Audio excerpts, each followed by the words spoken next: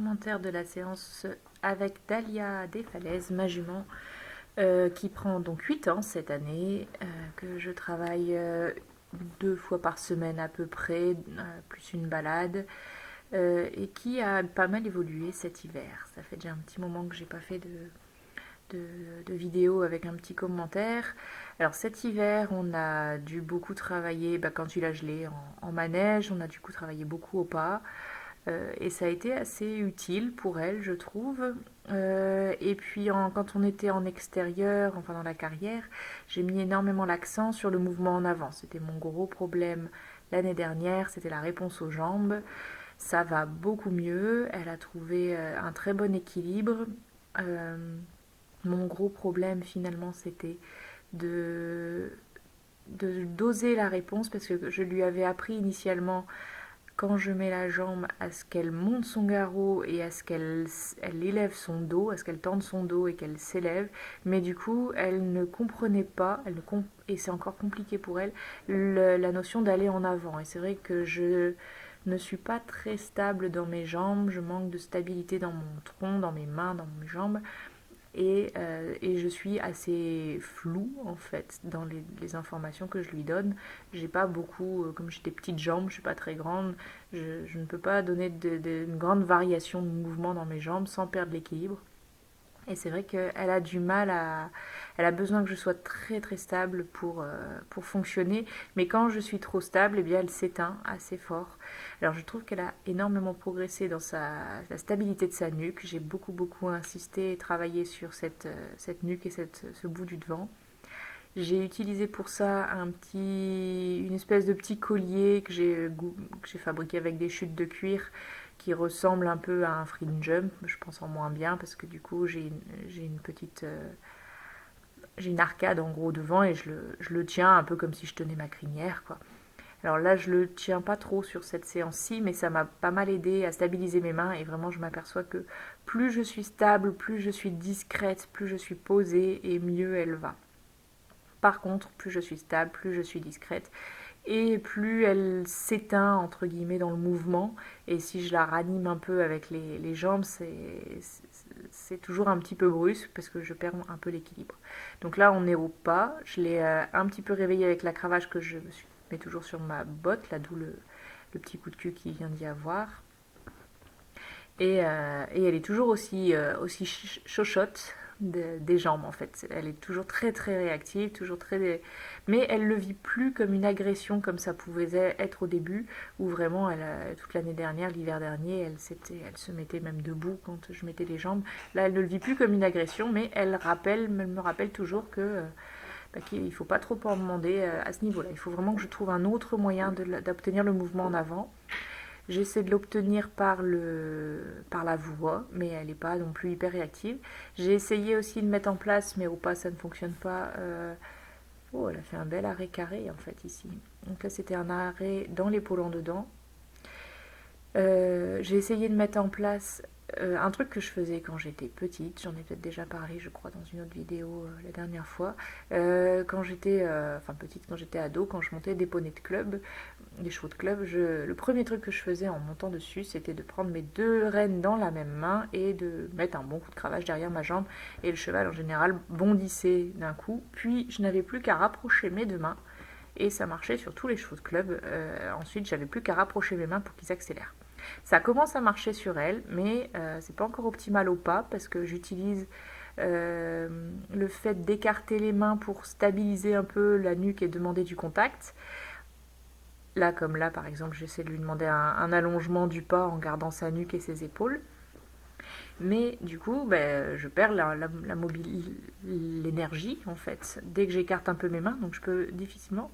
Elle a vraiment bien travaillé son relevé d'encolure et son positionnement. Donc elle a toujours tendance à chipoter un petit peu la posture, mais voilà, j'ai qu'à stabiliser mes mains, elles ne me tractent plus et elles récupèrent assez vite une bonne flexion de nuque. Et on voit vraiment que dès que la nuque est fléchie, même si on perd pas mal d'activité, on a un garrot qui monte, on a un dos qui porte. Moi, j'apprécie vraiment beaucoup maintenant, quand je la monte, c'est cette sensation de colonne vertébrale qui me porte. Je sens vraiment ce sternum qui monte, ce dos qui monte entre ses épaules.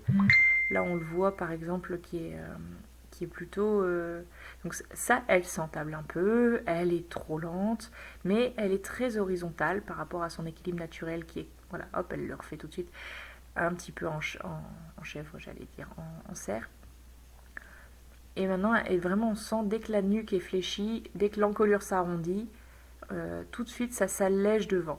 J'avais au début beaucoup de... Quand elle pliait devant, en fait, c'était lourd. Et donc, c'est là aussi que ça a été compliqué de trouver le juste posture de sa tête, parce que soit elle était en place avec une nuque souple, mais elle avait tendance à se laisser un peu tomber sur les épaules et à avoir difficilement son corps tonique. Et maintenant, elle arrive à avoir et la nuque, les épaules, le tonus du ventre, du dos, tout est stable. Et ça dure pendant un certain temps. Là, ça fait déjà 5, presque 6 minutes qu'elle est au travail au pas. On fait des appuyés, des épaules en dedans. C'est pas encore professionnel, on est bien d'accord. Hop, petit coup de cul à cause d'un petit de la jambe, hein, toujours. C'est toujours la jambe qui la fait réagir comme ça. Et là, vous voyez, je ne dois pas bouger mes mains. Et elle tatouille un peu dans sa tête encore, mais elle est régulière dans son mouvement. Donc là, j'ai coupé le son parce que sinon on n'entend que le vent ou presque. Mais je lui parle toujours, sans cesse, beaucoup. Je suis une grande bavarde à cheval. Et voilà, là j'essaie de... On a aussi travaillé sur l'allongement du pas. Alors c'est pas encore optimal, on est bien d'accord. Mais elle reste horizontale, elle arrive à avancer sans précipiter et surtout sans se creuser. Là, on arrive à avoir un pas un petit peu mieux. Alors, je zigzague un peu dans mes mains. Là, je crois que j'attrape le tag de la caméra pour le couper ou pour l'observer. Je ne sais plus si j'avais l'intention de faire un truc. Donc, dès que je lâche mes mains, on voit bien que, voilà, là, elle se remet dans son équilibre spontané qui est la tête trop haute et surtout l'encolure raide et droite. Cet hiver, on a essayé de travailler les jambettes. C'était pas mal il y a un mois ou deux. Et puis je l'ai mis un peu de côté, j'y ai beaucoup moins travaillé. Alors ça s'est vraiment, vraiment beaucoup détérioré. Et bon, voilà, je lui redemande à la cravache. Mais et j'essaie d'y associer mes jambes encore une fois. Mais elle s'est quand même bien améliorée dans le fait que maintenant elle comprend que je lui demande quelque chose. Je ne suis pas là pour l'embêter, c'est pas des attaques. Je lui demande quelque chose et elle prend le temps de réfléchir à ce que j'essaie de lui demander. Mais je dois être encore assez floue parce que c'est pas encore évident pour elle.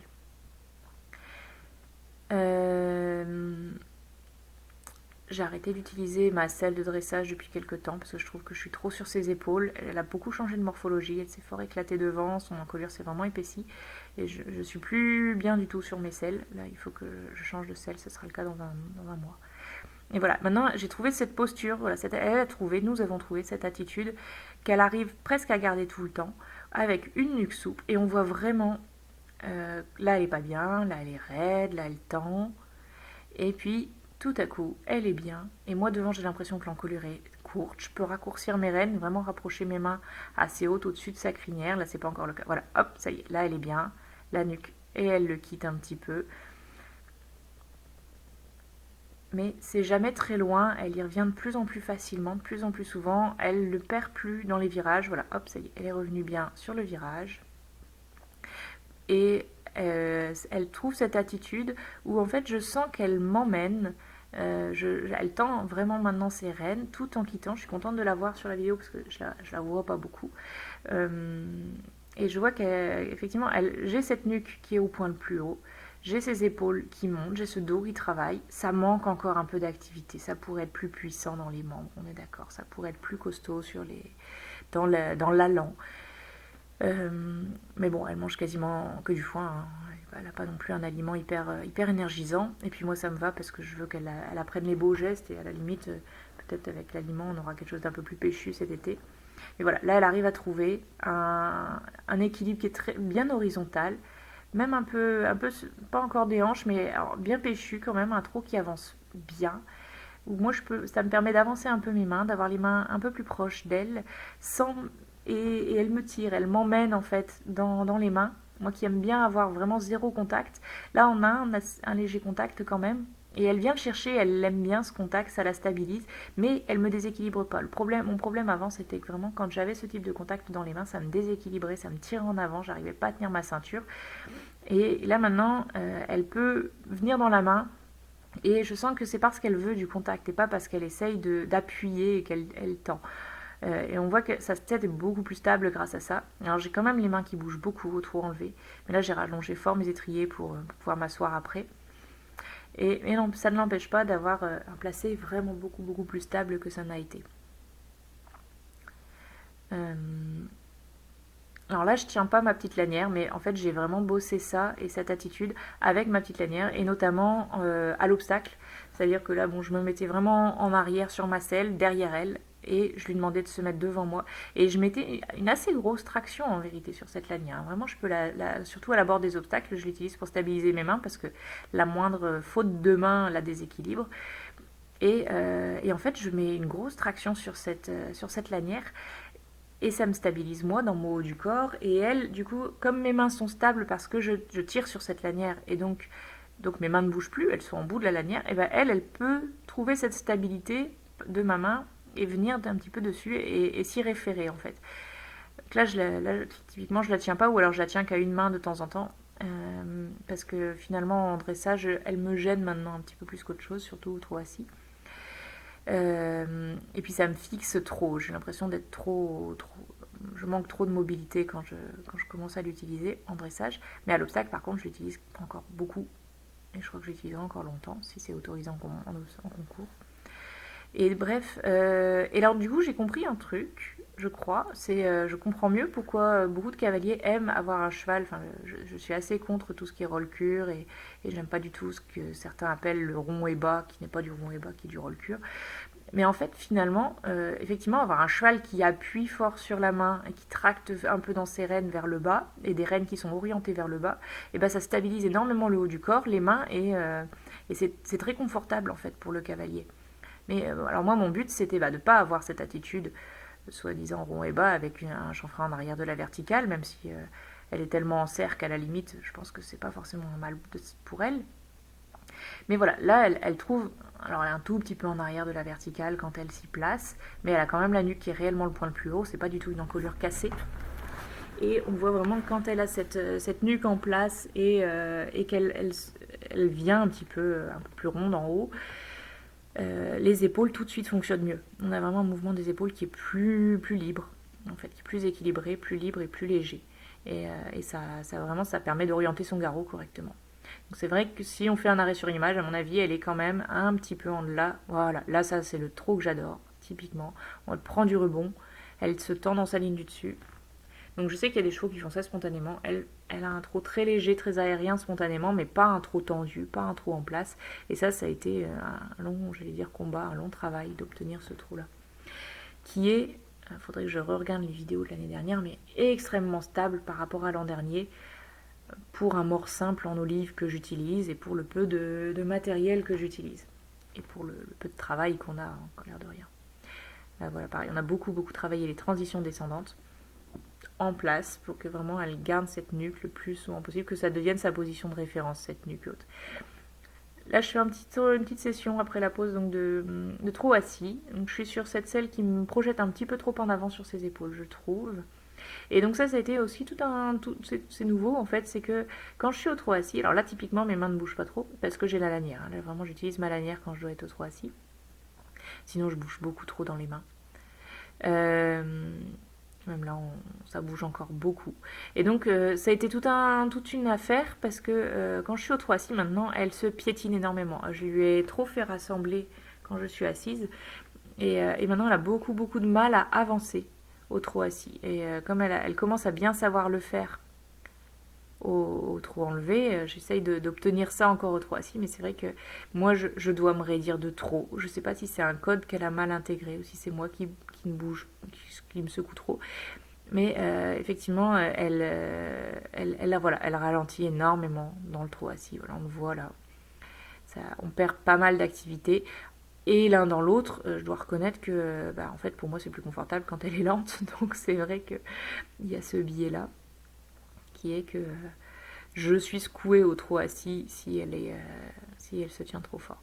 Mais bon voilà, là je trouve que voilà, par exemple cette épaule en dedans, là, elle est quand même pas mal par rapport à, encore une fois, par rapport à son travail, par rapport à l'âge qu'elle a, par rapport au temps que j'ai passé à la travailler. On commence à avoir des choses assez sympas. Euh, donc ouais, là, l'affaire, c'est d'arriver à garder du mouvement en avant. Et moi, finalement, j'essaie de rester le plus stable possible, quasiment de ne pas bouger.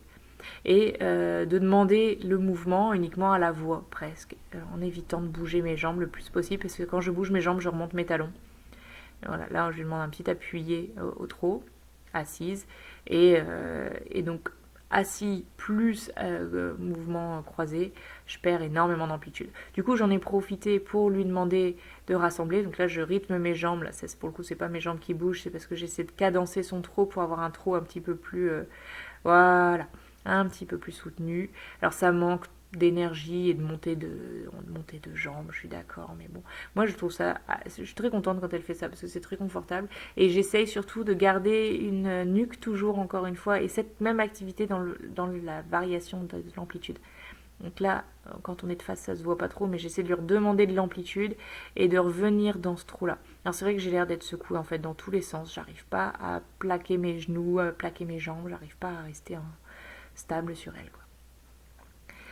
Donc elle fait ce qu'elle peut avec cette espèce de zébulon sur le dos qui gigote. Ça, faut reconnaître que c'est pas évident. Et en même temps, encore une fois, toujours en même temps, il faut que j'arrête. Quand elle met plus d'énergie, c'est plus facile pour moi de me stabiliser, mais encore une fois, parce que si elle met beaucoup d'énergie, j'ai plus qu'à me tenir à ma fameuse lanière, à la laisser se tendre sur mes mains qui sont tenues par la lanière. Et là, je me tiens à... Voilà, là, ma main gauche, par exemple, on voit qu'elle bouge très peu. Ah, elle a quand même des temps de rebond qui sont pas dégueux quand elle s'y met. Quand j'arrive à me tenir à cette lanière, là je lui demande un appui à gauche, hein, c'est pour ça qu'on dirait qu'elle s'entable et qu'elle piétine un petit peu. Donc là, d'où la jambe droite qui est un petit peu reculée. Et voilà, hop, je perds la nuque. Donc c'est pour ça que je lève les mains un peu fort. Là, c'est parce que je veux pas utiliser la cravache pour pas qu'elle me mette de coups de cul, en fait, pour pas qu'elle lève les fesses. Du coup, j'utilise, pareil, un vieux truc que j'utilisais quand j'étais gamine. Le flot des rênes, en fait. Je fais aller le flot des rênes un grand coup de droite à gauche sur le pommeau. Ça la réveille, ça la repepse, en fait. Ça la relance, et puis moi aussi. Et du coup, je peux lui demander d'avancer sans bouger les mains. Et puis je me dis, je rapproche mes deux mains pour faire bouger ce flot. Je voudrais que quand je rapproche mes mains, elle tracte, j'allais dire, qu'elle se lance, quoi. Voilà, là, c'est vraiment, ça c'est un trot que j'aime bien, où elle est un peu longue, un peu en avant, bien tendue. Et là, ça c'est son trot, elle. Ça c'est le trot que je préfère, c'est quand elle a... On le voit des visus, mais quand je suis dessus, je la sens juste bien altière. Des visus, on voit ce geste des sabots des antérieurs là, qui se décroche un peu du sol, j'aime bien. Donc là, on a remis un peu de trot à enlever. Je reviens du coup au trot assise pour lui redemander. Je pense que j'étais partie pour un appuyé. Ça c'est un peu cadencé. Là, c'est censé être un appuyé droit. Voilà, ça se stabilise sur la fin. Il n'était pas optimal. Pareil, elle s'entable un petit peu trop, d'où la perte complète de mouvement. Et on a... Alors, c'est pas véritablement un piafé, mais c'est vrai qu'elle est vraiment capable maintenant de me faire des foulées quasi sur place. J'avoue que c'est peut-être un peu tôt, encore une fois, vu les difficultés dans le mouvement en avant que je rencontre. Mais voilà, là, on sent, là-dessus, je sentais les postérieurs qui sautillent. Là, ça se désynchronise un petit peu. Là, dès que la nuque s'ouvre, on sent que ça se désynchronise. C'est vraiment très très lié. Dès que je perds la nuque, et là, elle se resynchronise. Et derrière, elle a ce truc maintenant des postérieurs qui sautillent. Elle a compris qu'il fallait garder le mouvement. Et j'arrive à faire voilà, une transition. Je sors un peu du cadre, mais on voit quand même que la transition n'était pas dégueu. Elle part bien en avant, franchement, juste sur l'indication quasiment de la voix et des mains en fait, parce que encore une fois, j'ai pas de jambes. Je sais pas si j'en aurai un jour. Et ça commence à venir. Elle commence à bien comprendre le principe de ralentir, rester en place. Ça manque d'énergie, ça devrait lever plus haut les genoux et tout, mais ça reste un style français avec des allures plus étendues que relevées. Et je trouve qu'elle se donne du mal et surtout on sent cette mobilité des hanches derrière. Moi c'est ça qui me fait plaisir, c'est de sentir cet équilibre et cette mobilité des hanches. Le piafé n'est pas académique, on est d'accord, on ne fera pas les JO avec ça. Mais j'aime bien sentir que derrière elle se mobilise vraiment, elle a trouvé cette notion de flexion des hanches, de flexion des jarrets, de pousser dans les jarrets et de ne pas se déstabiliser quand on fait un ralenti presque sur place et ensuite on pousse dans un trot beaucoup plus péchu. Alors je sais pas si un jour j'aurai un vrai piafé, je sais pas si un jour j'aurai un vrai passage, j'en sais rien du tout. Je n'ai jamais fait encore passager de cheval, donc peut-être j'y arriverai, peut-être j'y arriverai pas. Mais en attendant, je suis assez contente quand même de ce qu'elle fait parce que c'est ce que je lui demande en fait. Peut-être que je lui demande pas bien, peut-être que je lui apprends pas bien, mais c'est ce que je lui demande et c'est ce qu'elle fait. Là voilà, là hop, elle arrive à se tendre, on voit vraiment cette différence d'attitude. En plus, il doit y avoir un chien devant, c'est pour ça qu'elle a les oreilles en avant. J'ai fait une petite pause et on est reparti.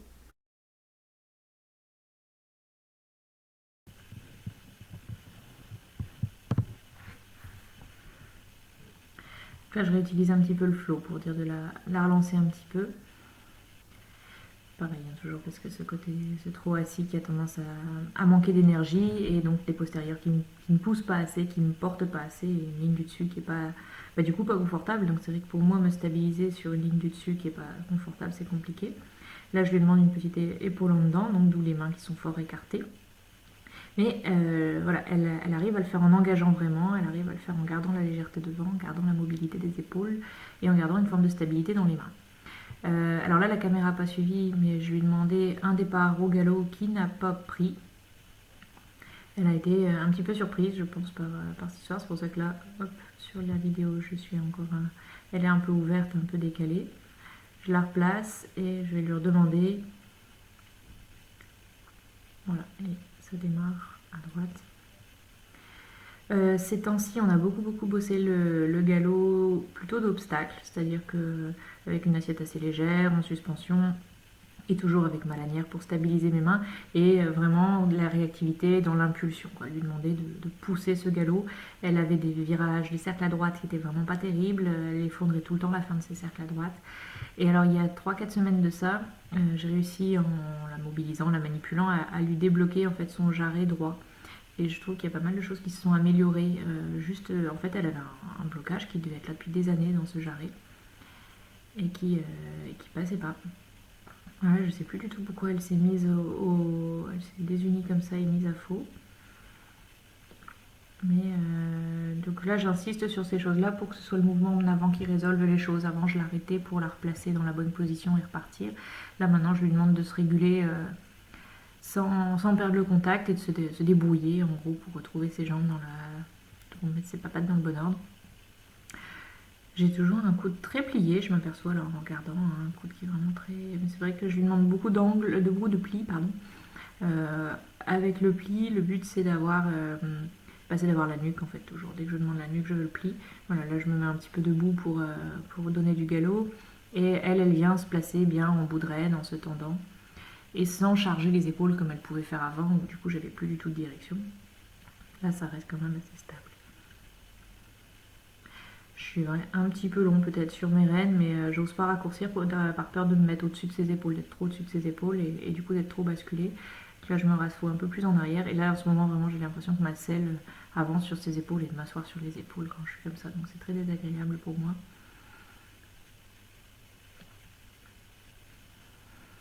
C'est vrai que visuellement... et donc là quand j'étais dessus, j'ai eu l'impression qu'elle avait changé de pied qu'à la fin. En fait quand elle change de pied je le sens pas du tout. Là, elle a fait un assez bon changement.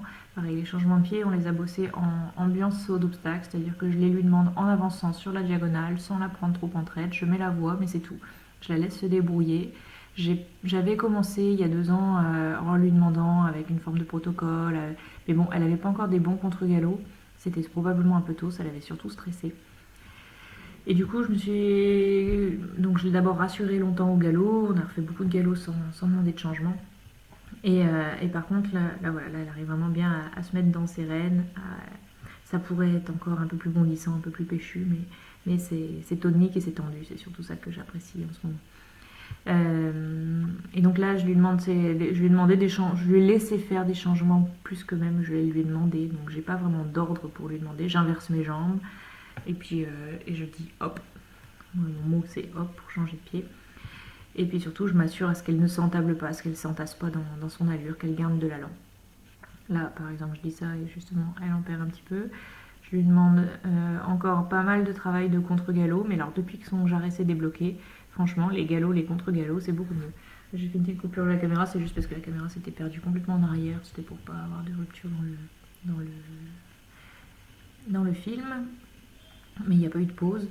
Donc voilà, là, par exemple, contre-galop, ici elle l'a pas bien tenu, je lui demande en fait de se débrouiller en fait. Je mets juste j'essaie de pas mettre trop la main elle est censée ne lui demander que de garder sa tête, donc je lui demande de garder sa nuque en état et de se débrouiller au niveau de ses jambes sans lui donner trop d'instructions. Pareil, là la caméra s'était perdue mais on a continué à galoper. Et donc ça, voilà, ça c'est mes appuyés au galop qui sont franchement pas mal à l'échelle de ce que ça pouvait être. Et là, visuellement, je les trouve franchement plutôt réguliers. Donc j'essaye d'enchaîner toujours les appuis au galop avec du contre-galop que j'essaie toujours de demander dans le pied. Donc là, le contre-galop sur le pied droit, c'est toujours simple pour elle, ça se passe bien, le contre-galop à droite. Et j'essaie d'avoir un pli gauche dans mes contre-galops. Je sais, on a déjà fait la remarque, mais je veux un pli gauche dans mes contre-galops, je veux vraiment qu'elle ait de l'équilibre sur ses deux épaules. Et ce que j'aime bien, c'est qu'après un contre-galop avec un contre-pli, donc avec le pli inversé, j'aime bien, je le demande souvent, mais parce que je trouve que ça assouplit, ça assoit bien le cheval. Et j'aime bien demander un ralentissement du galop pour préparer un peu le travail de pirouette et les hanches en dedans. Et ça, donc forcément, à force de répétition, elle commence à bien l'avoir, cette idée-là. Et ensuite, on redéploie tout de suite après le ralentissement pour surtout pas avoir d'entablement et d'avoir quelque chose qui marche encore bien. Donc là, je fais parcours une espèce de pas de 8 de chiffre, de serpentine, enfin non, juste une diagonale au galop, on enchaîne avec le contre-galop. Et là, elle a changé les 4 et je crois que je lui avais demandé. Là, je lui avais demandé. Donc là, je commence à lui demander. Normalement, je lui demande sur la diagonale. Là, je lui mets les hanches à gauche. C'est pour ça qu'elle se traverse fort. C'est pas qu'elle ouvre quand même encore bien la nuque quand on met les hanches à gauche. Ralentissement. Je passe un petit peu devant, encore trop, mais voilà, je ne lui demande pas trop longtemps pour garder toujours le mouvement en avant, parce que ça a quand même été tellement compliqué. Et appuyer à gauche, avec une nuque qui n'est pas optimale, on est d'accord, mais un appuyé qui est quand même assez régulier. Traverser un petit peu fort sur la ligne du milieu avant de revenir. Parce qu'on manque de nuque à mon avis. Je pense que c'est parce qu'on manque de nuque. Et puis avancer ensuite. Et remettre un peu de pli à droite pour... Là, je crois que je vais redemander les hanches, ou alors il faudra que je fasse attention à pourquoi elle traverse comme ça. Là, pareil, il y a eu une coupure de la caméra. Reprendre l'appui à gauche, qui est beaucoup mieux de ce côté-là, ça y est, elle me donne sa nuque, et là, je la trouve vraiment sympa. Et là, elle est droite, elle est quasiment pas traversée sur sa ligne du milieu, et on voit que les hanches s'abaissent fort à chaque foulée. On a vraiment un truc qui s'articule de mieux en mieux. Par contre, on sent que l'énergie, ça s'abaisse beaucoup. Pas dire qu'elle est à 4 temps, mais temps de suspension de plus en plus court. Là, je lui en avais redemandé un tout de suite. Mais on sent qu'elle est réactive, qu'il n'y a pas long à aller la chercher pour qu'elle reparte. Ça manque un peu de suspension, ça manque d'énergie vers le haut, mais ça avance. Le contre-galop à gauche, là ça fait un mois et demi que vraiment on a une amélioration énorme. Avant elle tenait toujours qu'un virage, elle n'arrivait jamais à en tenir deux. Là elle peut me tenir des tours entiers. C'est beaucoup mieux et ça pour moi c'est vraiment depuis que son jarret droit s'est débloqué. Depuis qu'il y a eu ça, on arrive à faire des volts au galop à gauche. Donc je suis toujours très méfiante, mais j'ai beaucoup moins d'efforts à faire. Là, j'avais pas l'intention qu'elle change, je dis ça, et puis évidemment, c'était pas si optimal que ça. Et voilà, et je la laisse à chaque fois se débrouiller pour retrouver la bonne solution, pour revenir dans les membres du bon côté. Mais là, en voyant la vidéo, je m'aperçois qu'elle avait l'impression qu'il fallait tourner à droite, qu'elle a voulu anticiper quelque chose que j'ai pas demandé. Là, c'est allé un peu vite, j'avais pas pensé que ça irait aussi vite. Je lui fais faire de temps en temps des espèces de pirouettes, mais là, ça allait vraiment vite, c'était très très brouillon. Mais bon, elle est restée dans une sorte de galop, on va dire qu'elle est restée au galop, elle ne s'est pas écroulée. Donc on ne va pas cracher dans la soupe, c'est pas mal du tout. Là, j'avais, je crois, l'intention de lui demander de changer de pied sur la longueur. Donc elle change quand même clairement en 2 ou 3 foulées. C'est vraiment pas bon. Mais encore une fois, je la laisse changer plus que je ne lui demande. Et là, du coup, j'ai voulu lui demander sur la longueur. Je ne lui ai pas demandé souvent de changer sur la longueur, donc elle a changé devant. Et voilà, en 3 foulées, elle change derrière. et rapprocher un autre changement en revenant devant. Donc, j'ai beaucoup de mal à sentir quand elle est désunie parce qu'elle est assez équilibrée quelque part. Là vraiment je crois qu'à cet endroit-là j'avais l'impression qu'elle était sur le bon pied. Là elle est juste, elle est sur le pied droit. On sent que voilà, là en mode très tôt, la tête en avant. Et là je vais juste l'arrêter et puis on n'a pas tout à fait fini la séance mais après la caméra est tombée par terre donc je n'y ai pas remise en route. J'ai redemandé un changement sur la diagonale qui met vraiment beaucoup de temps à sortir derrière. Il faut vraiment que je sois vigilante à ça. Mais comme je veux pas la stresser, je veux pas remettre un coup de cravache sous les jambes pour faire bondir un peu plus l'arrière. On n'est peut-être pas encore prête pour les changements. Petit ralentissement du galop. La caméra galère à suivre. On est ça, j'essaye de le faire avec toujours beaucoup de nuque. Et petite pause. Ouais, il faut encore travailler la symétrie surtout dans le galop.